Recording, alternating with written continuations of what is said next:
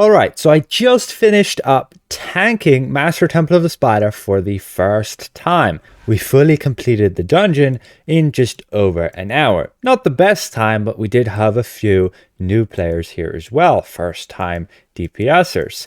And well, yeah, we managed to beat it. And again, first time tanking it, I didn't do so bad. We did die a few times, and there's some definite things you should know in order to make your life a lot easier. Now my build is still a bit of a mishmash. You can see it just here. I generally switch my headpiece over to the turban for the ads and the first boss, and for the rest I'm using the rugged one for the manticore bite. And that's my stats with this kind of build here. I still only have legendary insignias and only just over 72,000 item level, and the build works just fine. With a bit more practice, I can easily do it without dying at all.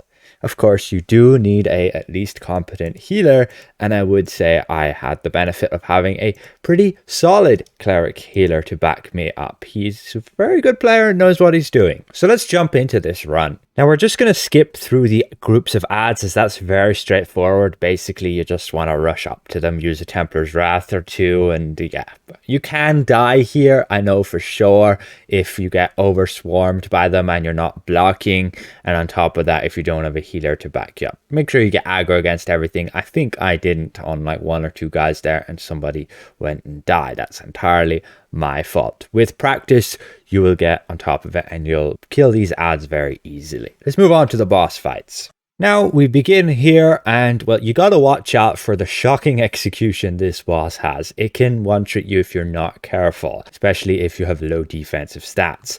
I'm running with the cat augment, as I do recommend that if you're going in here tanking for the first time.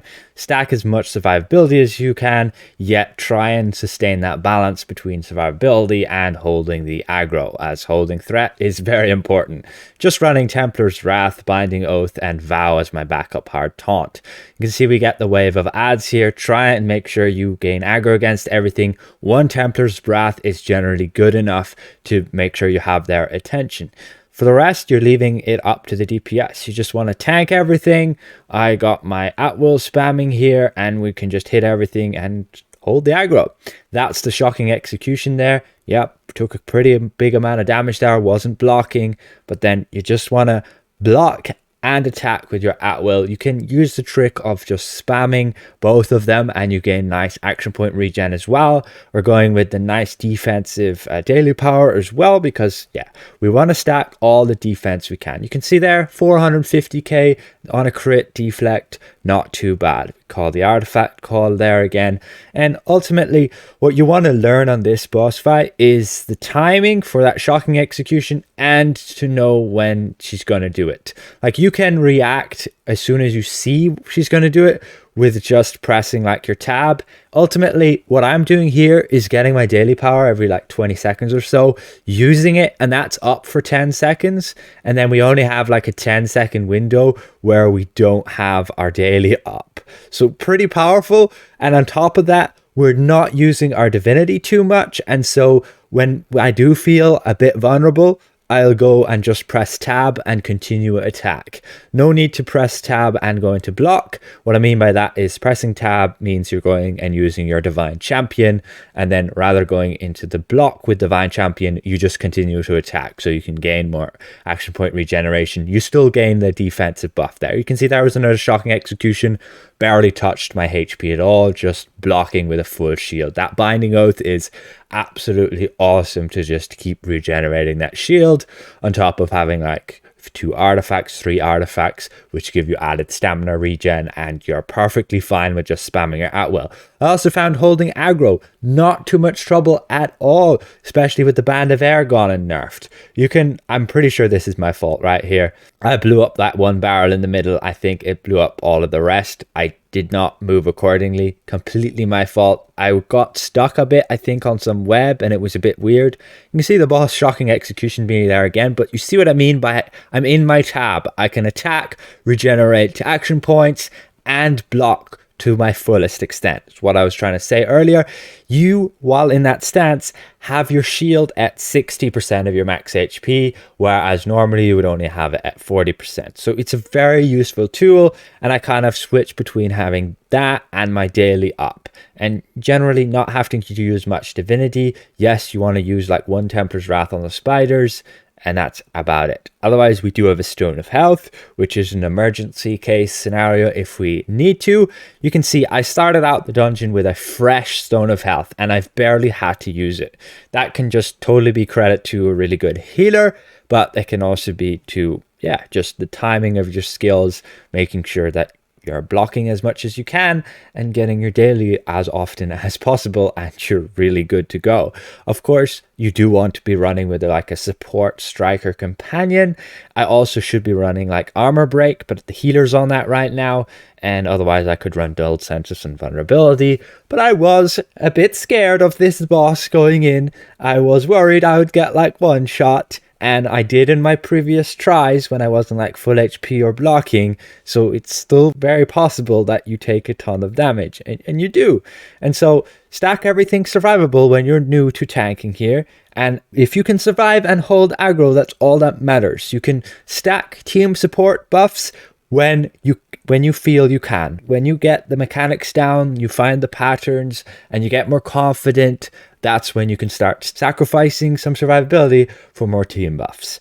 And so yeah, the boss just phases again, lots of adds, and it's really easy on the Paladin, I think, here, because you have a great power. Templar's Wrath is AoE, and it deals a shit ton of threat, meaning you can use it in single target, which is what I do.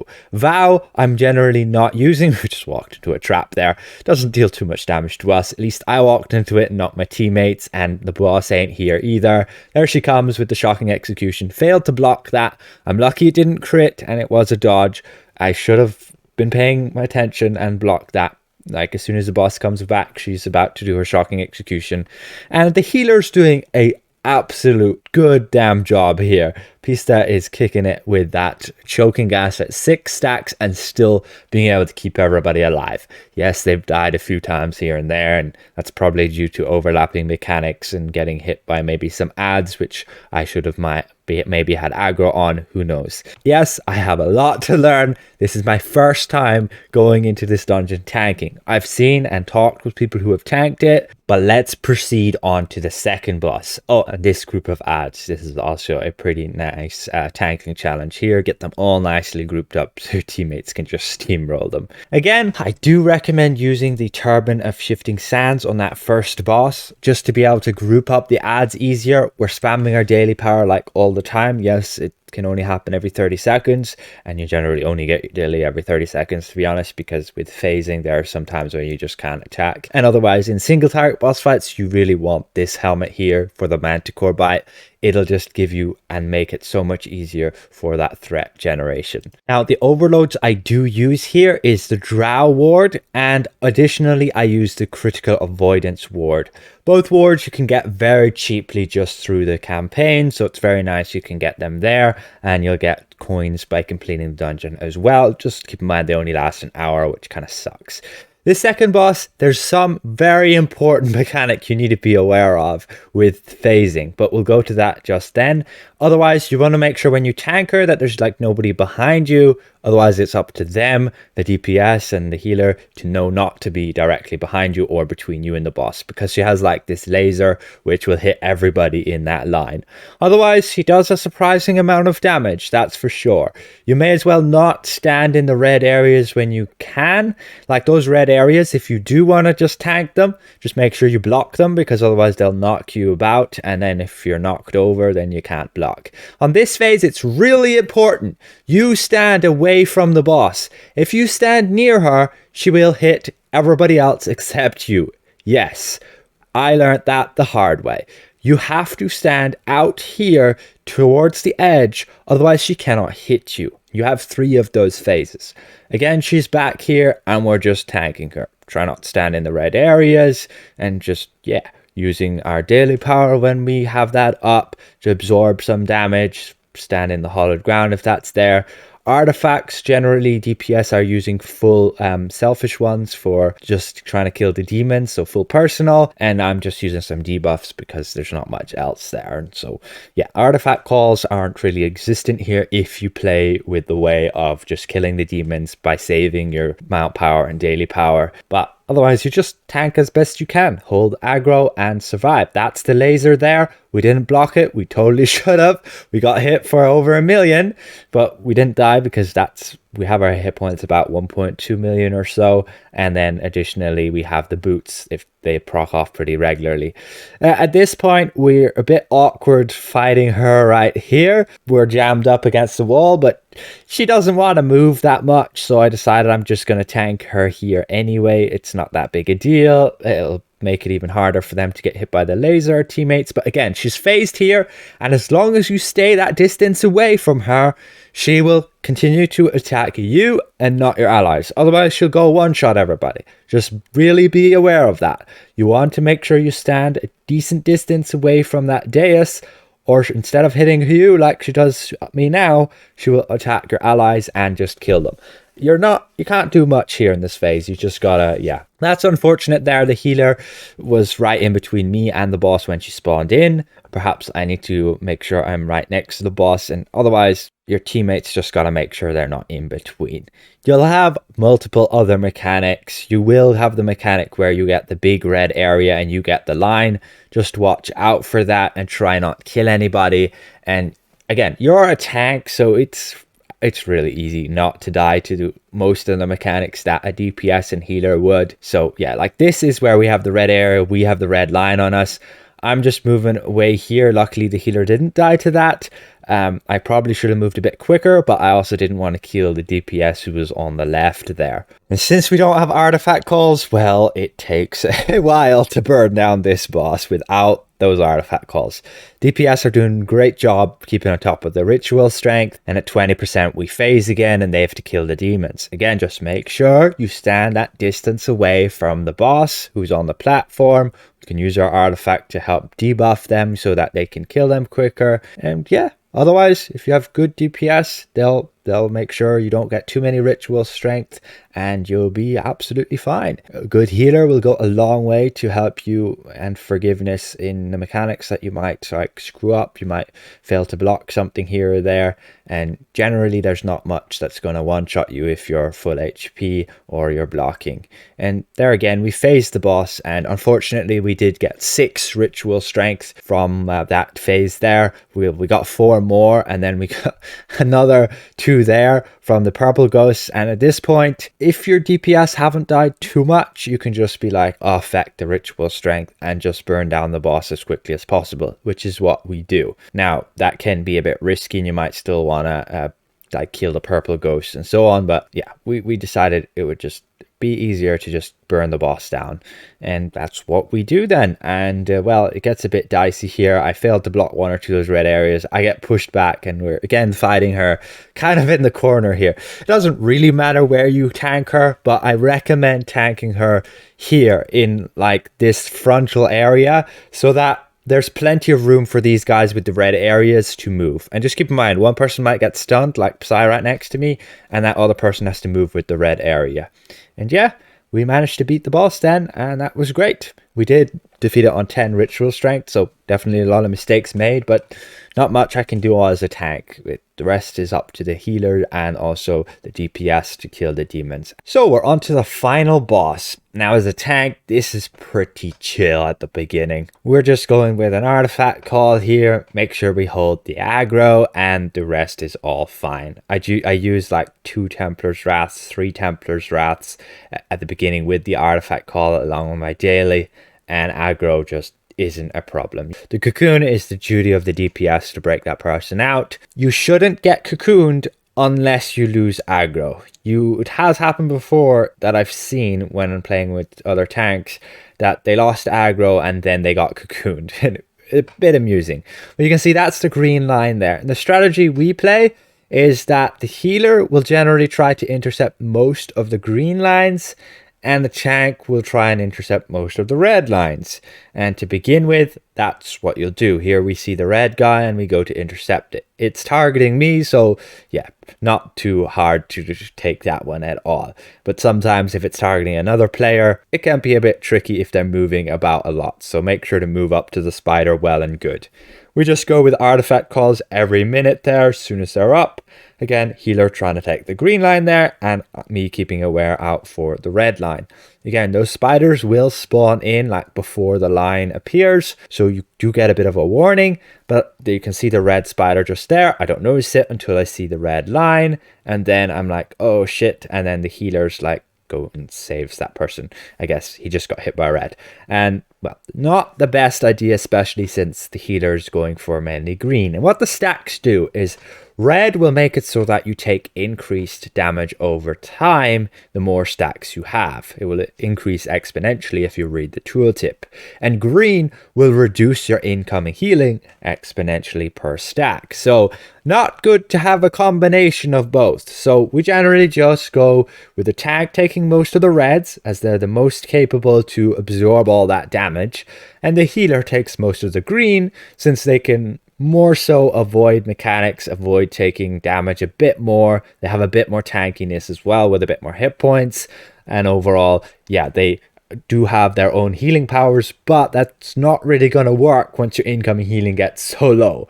You want to use like Stone of Health to keep yourself healed, but the DPS are usually very busy with trying to take the person out of the cocoon every 30 seconds, so you just kind of leave the green line to the healer. Now, yes, as a DPS, you do want to start intercepting lines after a certain point. You can see I have 3 red stacks. So you see that in the top left, and you can see the other people, what stacks they have as well. There's the red line, go to intercept it, and yeah, you can see we get another stack. And the damage over time will start racking up. You will see you'll take more and more the more stacks you have. We're getting hit for like 100k on a deflect, which is pretty nice. Pretty easy at the moment still. We take another stack and we have 5. At this point, at 5, I generally opt out from taking the red lines. They will target somebody, so you can just not go and intercept them.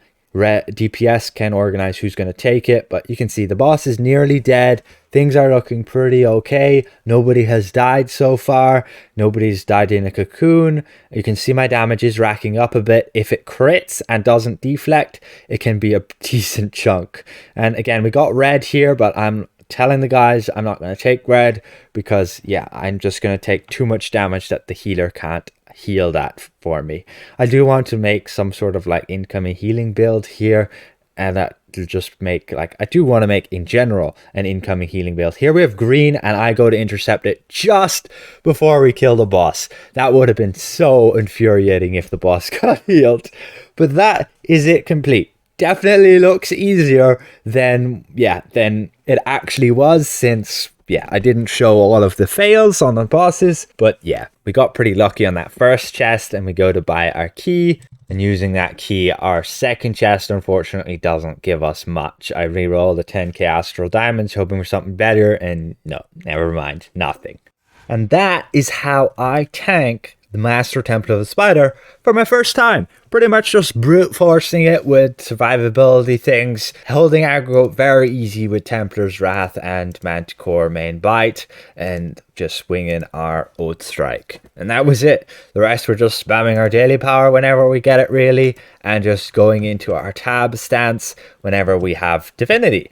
And of course you want to use that Templar's Wrath on like ads, and then you want to be using it when you're close to losing aggro. Vow, you pretty much just save until you die. If you don't die, great. If you know you're never going to die, you could switch that out to something else like survivability, like Absolution or Sacred Weapon for more threat and also stamina regen.